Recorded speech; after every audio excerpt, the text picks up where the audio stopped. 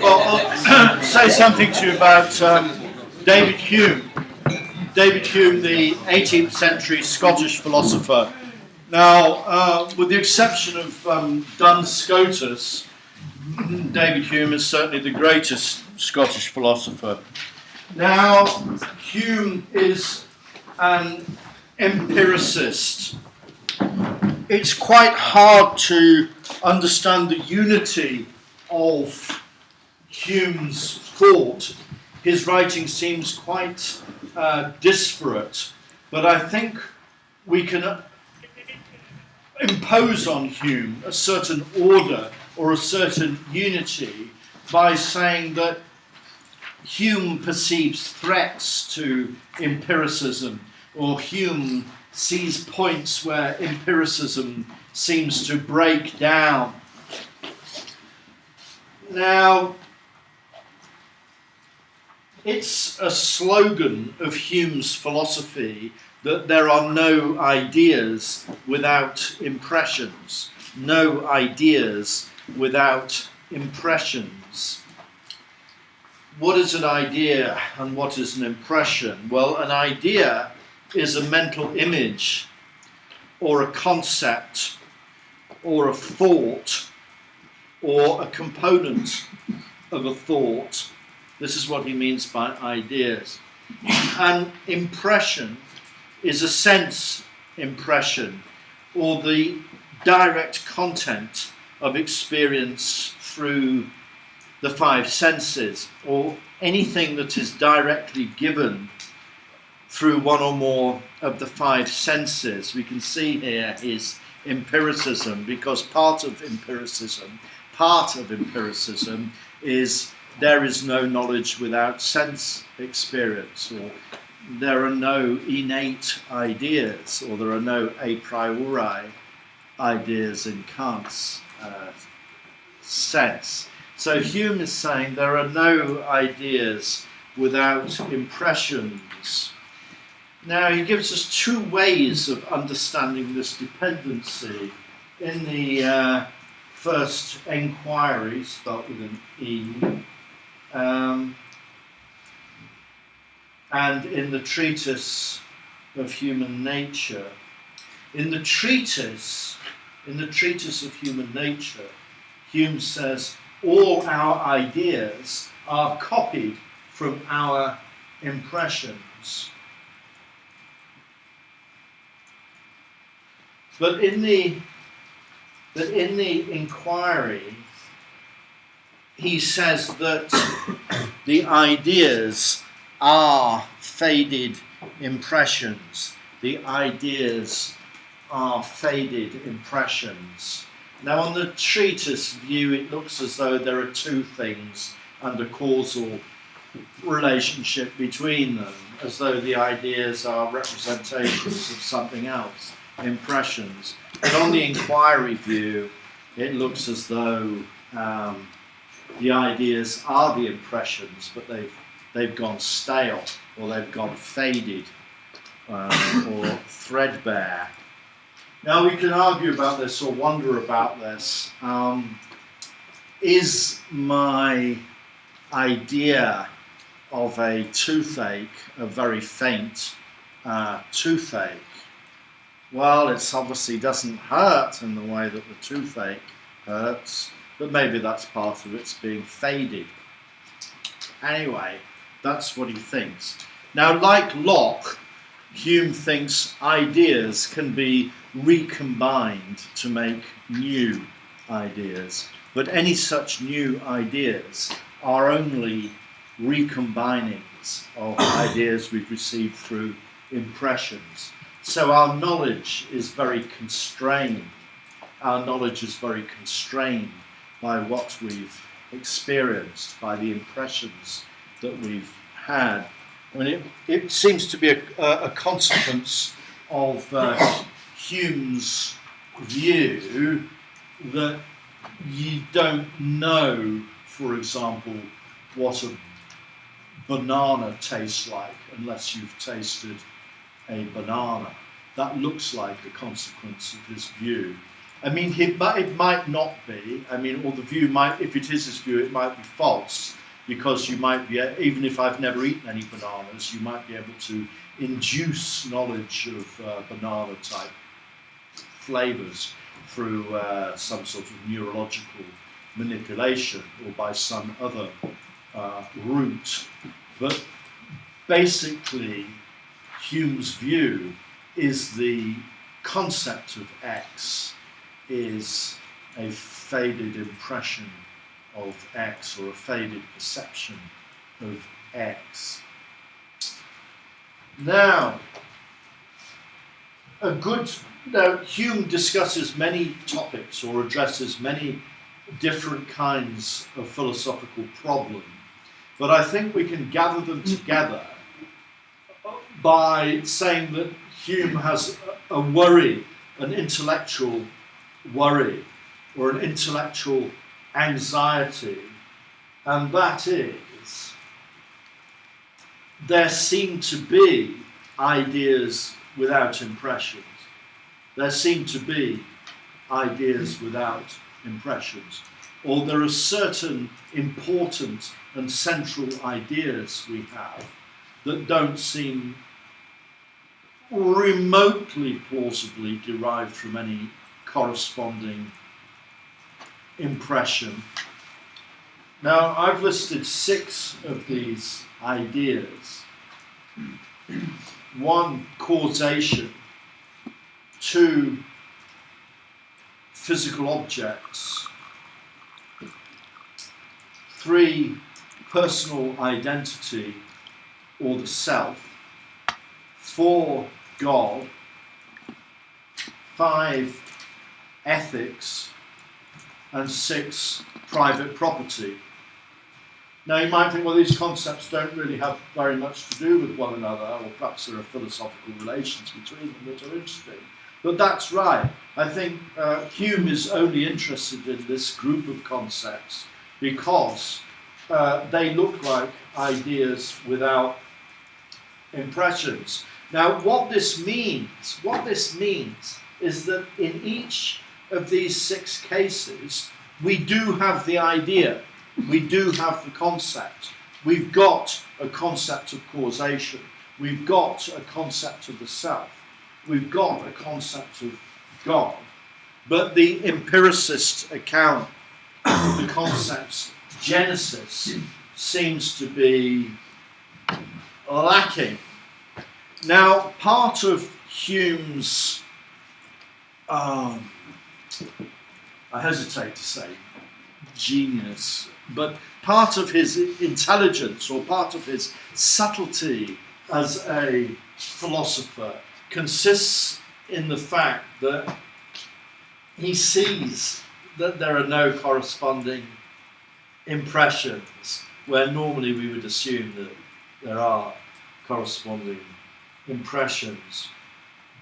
Now, I'll say something about each of these 6 in turn. I'll take causation first. Now, if you think of the idea of red, it looks as though the straightforward empiricist account works, or one could see how it might work. One's idea of red is a bit like one's perception of red, or at least one's mental image of redness seems a bit like a red patch that one might be directly presented with in perception.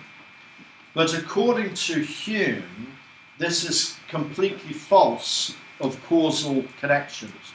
Completely false of causal connections. Or, to put it more bluntly, Hume thinks that causal relations are not perceived. Causal relations are not perceived. Now, Hume knows that we will think that causal relations are perceived. He knows that. He knows that we think that we perceive causal relations.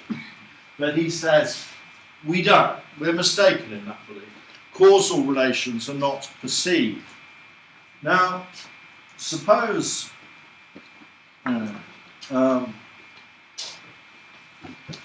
suppose we think we're perceiving a causal relation. I mean, suppose this is a rat. In Blackfriars Hall, one would never ever find such a thing. But suppose this is a rat. And supposing this is priest trying to eliminate the rat. Okay. Now, according to Hume, it's true that we do perceive two things in this situation. We perceive this going on. We perceive the movement of priest's hand, and we perceive this going on. Right? So when this happens, we perceive both events. We perceive both events. We perceive the cause, or the event that we call the cause, and we perceive the effect, or the event we call the effect. But according to Hume, we don't perceive any connection between the two whatsoever. We don't perceive any third event or relation that we could call the causal connection. If you like, we see his hand touching the back of the rat, right? But we don't actually perceive any pushing or any pulling. And certainly, according to Hume, we do not perceive any necessity or any compulsion or necessary connection. And Hume says about this that where we think we perceive causal connections, we only perceive constantly conjoined events. Constantly conjoined events. It's his phrase. Now, if you... that's the first point about causation. This means that prima facie, causation is not empirical. Constantly conjoined events, those are empirical. But necessities, I mean, put it this way, supposing somebody said, the cause is a necessary condition for the effect. Or suppose somebody said the cause is a sufficient condition for the effect, two plausible views of causation. Supposing somebody said that, well, Hume thinks that the cause being a necessary condition or a prerequisite can't be empirically read off the event. We don't perceive that feature of it. It's being a necessary condition. And the cause being a sufficient condition for the effect, we don't perceive that feature either. Its being a sufficient condition is not an empirical property of the event, of the cause. Now, I'll make a second point about Hume on causation. Hume thinks that the events we believe to be causally related are not known a priori to be causally related. There's no a priori knowledge of what causes what. I mean, what he means is that before we see priest push the rat, or without prior knowledge of the relationships we call causal, or a priori, we don't know what will happen when priest pushes the rat. We don't know whether the rat will jump up and down, glow red, and sing Rule Britannia, right? We've got no idea, a priori, of what causes what. A priori, we don't know what causes what. We only find out which causes bring about which effects a posteriori. But even this remark has to be qualified by the first one. We don't perceive the causal connections, we only perceive the constantly conjoined events. So what it boils down to is which events are constantly conjoined with which other events is only knowable a posteriori. It's not knowable a priori. Now, if Hume is right about this, then the acquisition of the concept of causation is not like the acquisition of the concept red, for example. There's no impression of the causal connection which gives rise to the idea of causation, which we very much do have, and which we rely on. Now, Hume gives an account next of how we do acquire the concept of causation, or of what causes us to be mentally equipped with the idea of causal necessity, or bringing about, or forcing, or pushing, or causing. He says that we perceive constantly conjoined events, or we perceive events of one kind conjoined with another on many separate occasions. On many separate occasions. According to Hume, this causes an expectation that the second kind of event will follow the first. An expectation that the second kind of event will follow the first. So, if we see this sort of thing happen often enough, whenever we see priest's hand approaching the rat, we expect that the rat will move. Okay? We expect it. Now, Hume says, we then make a mistake. We mistake our subjective feeling of expectation. We mistake our subjective feeling of expectation for an objective necessity, or an objective compulsion, or an objective making happen, or an objective mind-independent forcing to happen. We get mixed up through habit of thought between our expectation and an objective necessity.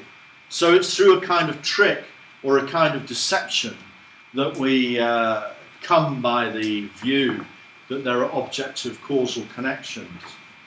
Now we could draw a line under that and ask the question, does Hume think that there is real causation in the external world?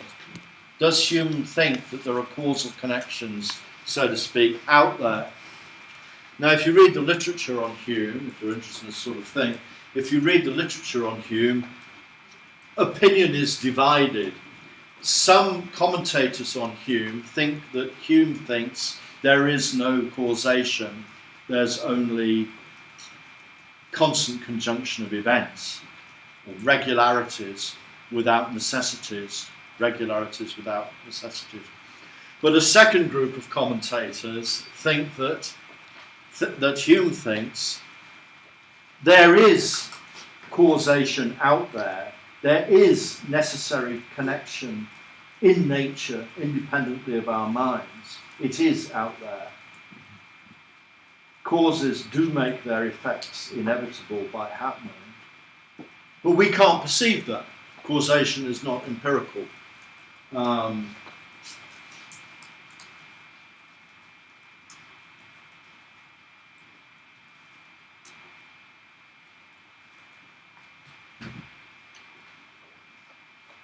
Yeah, I mean, there's a quotation from the First Inquiry, don't bother taking it down.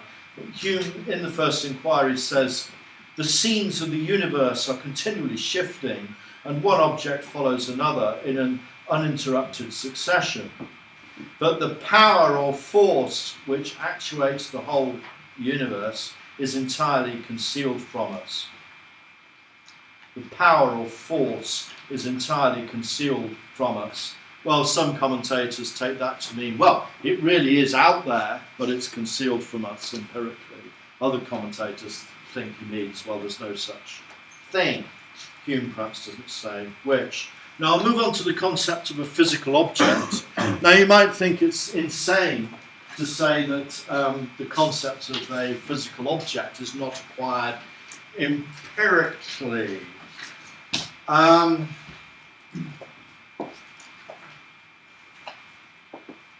Now,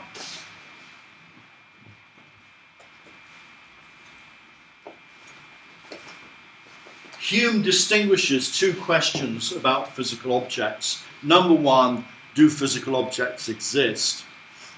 Number two, what causes us to believe in the existence of physical objects? What causes us to believe in the existence of physical objects?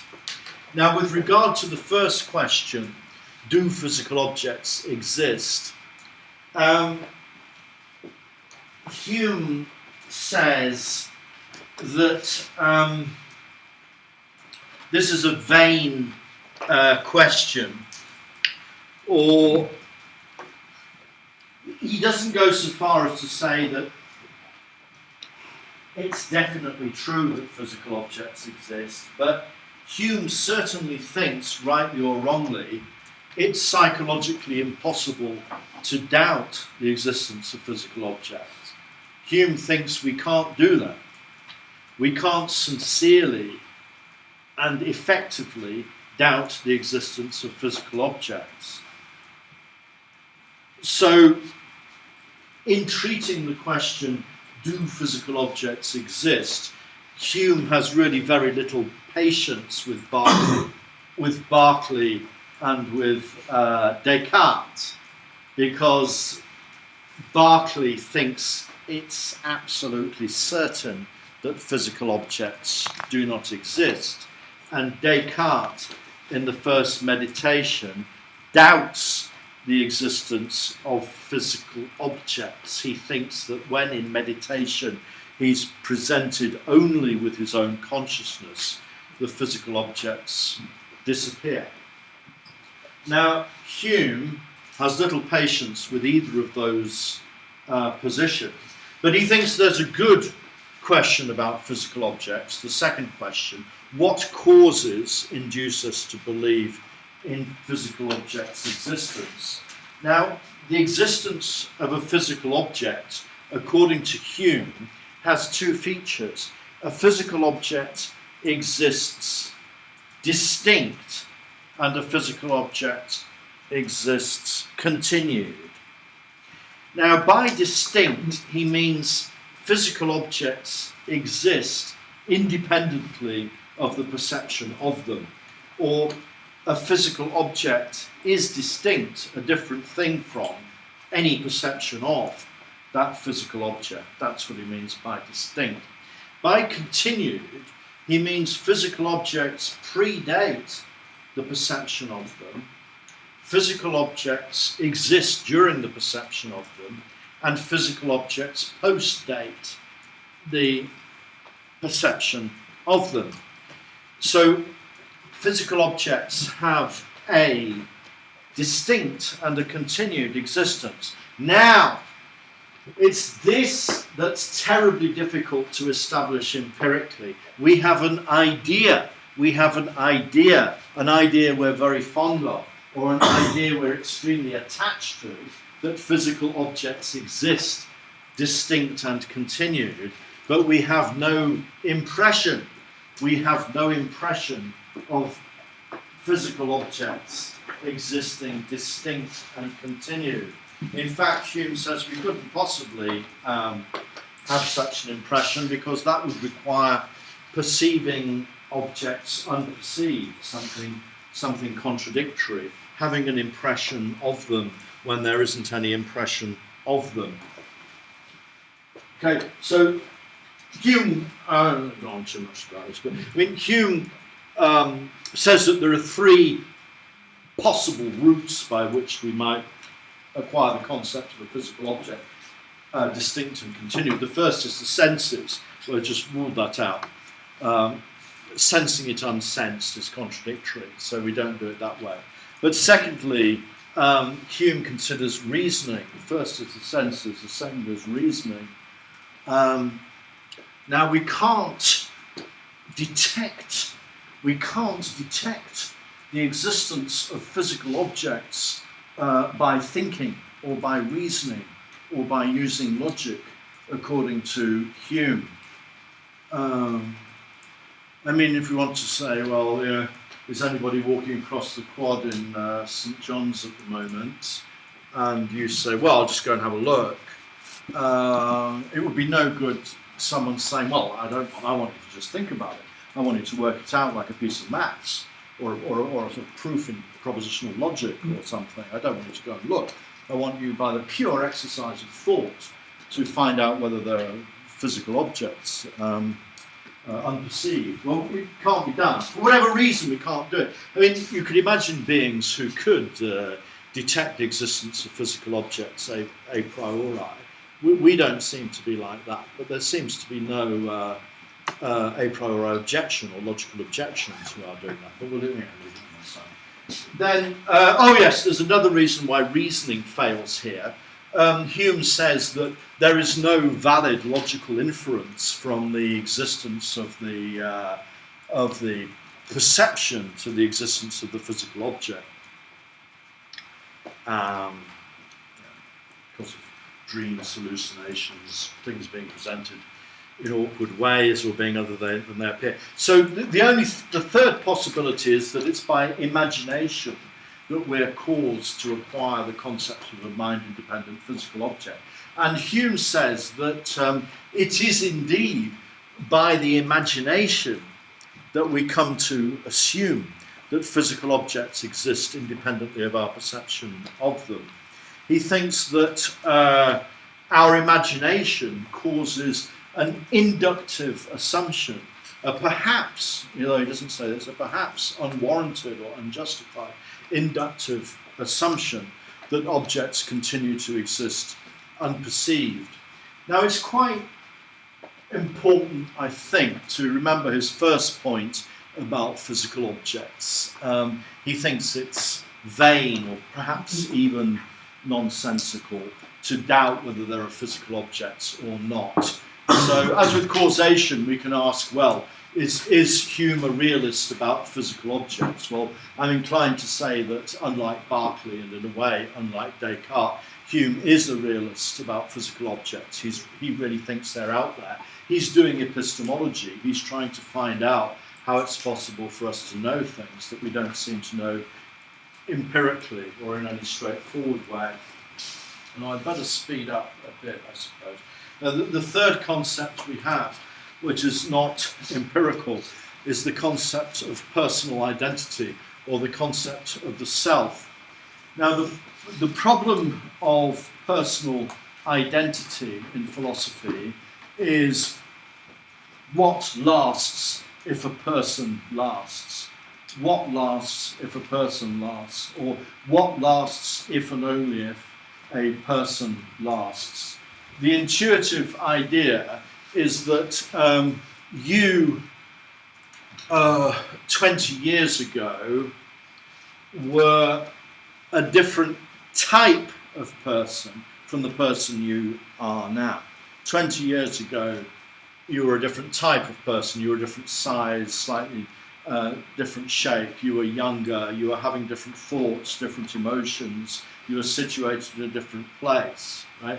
So you now are a different type of person from the person you were 20 years ago, but you now are the same one. You now are the same one that you were 20 years ago. Or you now are the same something or other that you were 20 years ago. The same human being, the same consciousness, the same person. Now, solving the problem of personal identity involves deciding what lasts or what does not change, or what endures, or to put it another way, what remains numerically identical? What remains numerically identical despite qualitative difference? Despite qualitative difference, we can use this notion. Numerical identity is the notion of very same one as. Numerical identity, very same one as. Qualitative identity, the same characteristics as, or the same type as, or the same sort as. Now, qualitative identity is broken by your continued existence, but numerical identity, the fact that it's still you, seems not to be broken. Now, there are various putative solutions to this problem in philosophy. We can't talk about all of them now. But one solution is that there is a self, or an inner me, or a soul, or an I, or perhaps even an ego, that is an internal object, or perhaps an internal subject, not the same thing as one's body. And on this theory, I mean, in a way, Descartes holds a theory like this. In a way, Plato holds a theory like this. There are other solutions to the problem of personal identity, but Hume is interested in this one. Now, Hume says that we have an idea of self. Each of us has an idea of self. We do possess this concept of self, or ego, or soul, or I, or me. There are variants on what it is. But Hume says we have no impression of self. We have no impression of self. And he thinks there's no single experience that could give rise to the idea of self. There's a famous quotation from the Treatise of Human Nature. There's no point, don't take it down, it's in the handout somewhere. Hume says, "For my part, when I enter most intimately into what I call myself, I always stumble upon some particular perception or other of heat or cold, light, shade, love or hatred, pain or pleasure. I never catch myself at any time without a perception, and never can observe anything but the perception." In other words, he thinks that in introspection or in self-consciousness, one never encounters oneself. There's no experience of oneself. There's no perception of oneself, or no enduring impression or experience with which one could identify oneself. Now, despite all that, each of us has such a concept. Each of us has a concept of me or I. Now, so this is a third example of an idea without an impression, or a concept which we possess, but we can't explain why we possess it empirically in any straightforward way. Now, it seems to me that in his philosophy, Hume provides no real account of the power that he deploys for causation or physical objects in explaining the origin of the idea of the self.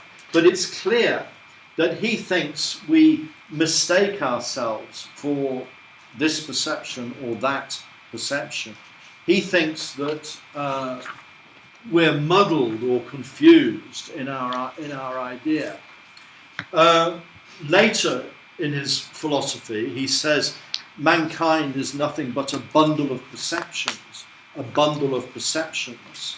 So at that point, Hume is willing to identify you with the totality of your experiences, or me with the totality of my experiences. Mankind is nothing but a bundle of perceptions, but we mistake the bundle of perceptions or the aggregate of perceptions for an enduring me or I or self or soul or ego.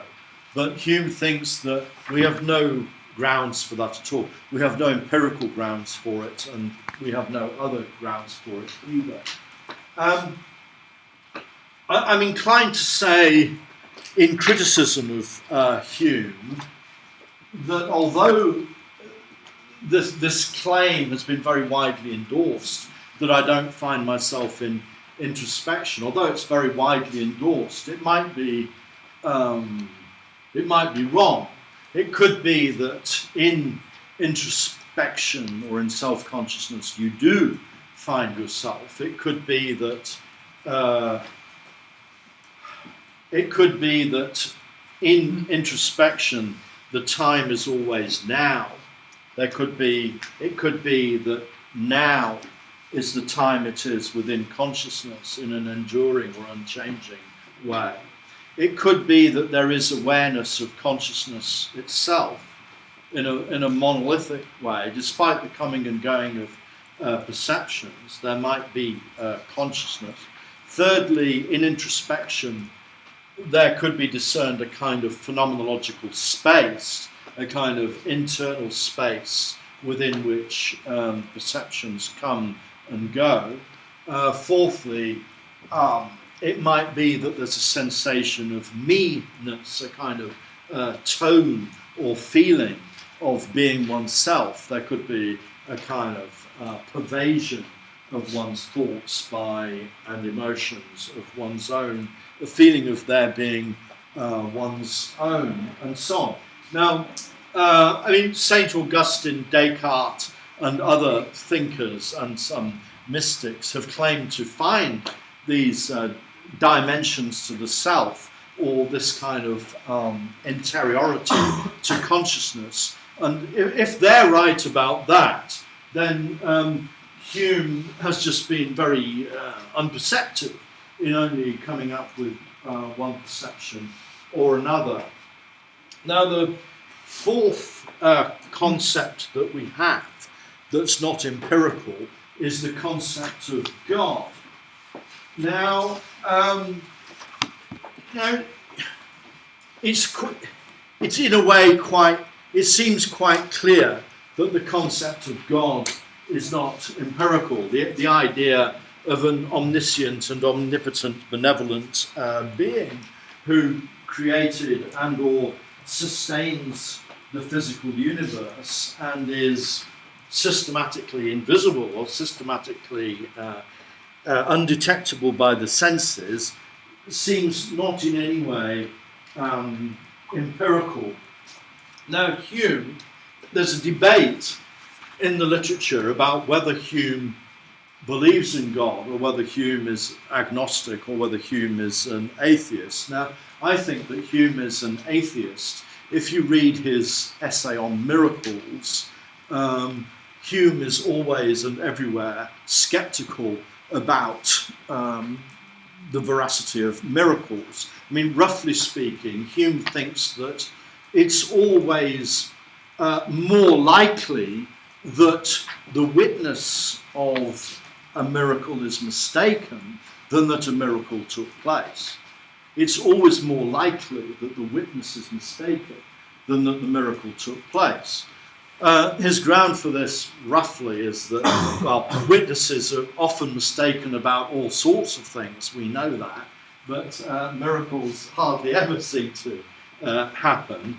And we should place our belief, according to Hume, we should place our belief wherever the higher probability is. And the higher probability is that the witness is mistaken than that there were miracles. And his other attack on religion is in the dialogues. In the dialogues, he attacks the argument from design. I mean, he parodies the argument from design. Now, these two attacks on religion lend me to suppose that Hume is an atheist, but There are commentators on Hume in the secondary literature who think that Hume believes in God the way he believes in physical objects and the way he might well believe in objective causation. It's just that the concept of God is not empirical, and all these attacks on miracles and the argument from design are to be taken to show that the concept of God is not empirical. But Hume's considered view is that the concept of God is anthropocentric. We take concepts which have a human origin, concepts of power and knowledge and kindness, and we apply these concepts normally within the universe. Normally, we apply these concepts within the universe to explain particular occurrences. But to acquire the concept of God, we apply those same concepts, we magnify those same concepts, we enlarge them infinitely in order to explain the whole of the universe rather than the part. So there are two moves that we make, from explaining the part to explaining the whole, and from finite human capacities to infinite divine capacities. But Hume says that we've got no grounds for doing this, and in his attack on miracles and his attack on the argument from design, he takes himself to have demolished the plausibility of extrapolating from the human case to the divine case. Now, the fifth concept that we have that is not empirical is the concept of morality. The concept of morality, or the idea of there being a difference between right and wrong in the ethical senses. Now, there are two ways of understanding this. One is a logical way, and the next is, I suppose, an empirical way in a way. Now, logically, we can understand Hume as saying, from any sentence or set of sentences construed as premises with the word is in them, but no word ought, right? From any set of sentences like that, we can't logically derive a conclusion which contains the word ought. Now, this is often summed up in the slogan, it's not possible to derive an ought from an is. It's not possible to derive an ought from an is. Or to put it another way, no evaluative conclusion follows as a matter of logic from purely factual premises, according to Hume. Now, there's a considerable literature on this point, including people who think that Hume is being ironic and so on, but it doesn't really matter. I mean, it's a good way of setting up the philosophical issue with clarity. Now, the second way in which morality doesn't look straightforwardly empirical is, I mean, supposing this is not Hume's example, but supposing somebody's being beaten on the ground, supposing somebody's being kicked on the ground by a group of other people. Now, we could describe the situation empirically. We could say, well, I can hear these sounds, and I can see the blood, and I can see the teeth, and so on. Sorry, that's good. But now point out the moral rightness or the moral wrongness. The moral rightness or the moral wrongness, or it's being an appalling thing to do, or it's being extremely reprehensible, or it's being evil. Now, these features, it's evil, or it's immoral, or it's bad, don't seem to be empirical features of the situation, the way the redness of the blood is empirical, or the sounds, the shouts can be detected empirically, or the movements of the bodies can be detected empirically. Yet we've got a notion of right and wrong. Now, Hume's considered view is that some sort of utilitarian analysis is the only way of explaining the origin of our moral concepts. In other words, morality is grounded in experience, but it's grounded in experience of happiness and experience of pain. Now, Hume knows that sophisticated moral distinctions between courage and cowardice, or justice and injustice, or guilt and innocence, and so on. These fairly refined concepts, he can't do justice to the detail of those in terms of a bald opposition between happiness and pain, or well-being and suffering. But Hume's view seems to be that the distinction between happiness and pain is a necessary condition or a prerequisite for the more sophisticated moral judgments that we make. In other words, empiricism is true in the sense that all our knowledge is grounded in experience. Now, finally, I'll just mention private property. If I say,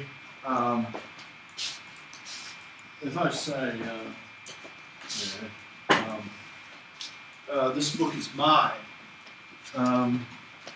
you probably get the general idea by now, I'm sure you can, but the idea is that, well, the book's being read is, RED is empirical. The book's being fairly weighty is empirical. Opening it and seeing that there are pages looks empirical. The page might not be a completely empirical concept. But the book is mine. What about the mineness? The mineness. It's being mine. Or, for that matter, it's being Blackfriars Hall's, or it's being yours, or it's being anybody's. What is this ownership? What is this being mine that private property seems to consist in? It's not another empirical feature, like being red or being square. Now, Hume says that private property is a convention or an agreement. Well, he says it's not necessarily an overt agreement, but it's the existence of private property itself is a tacit convention necessary for society. It's not actually clear that private property is a necessary condition for society. The Kalahari Bush people have a society, but they don't have any private property.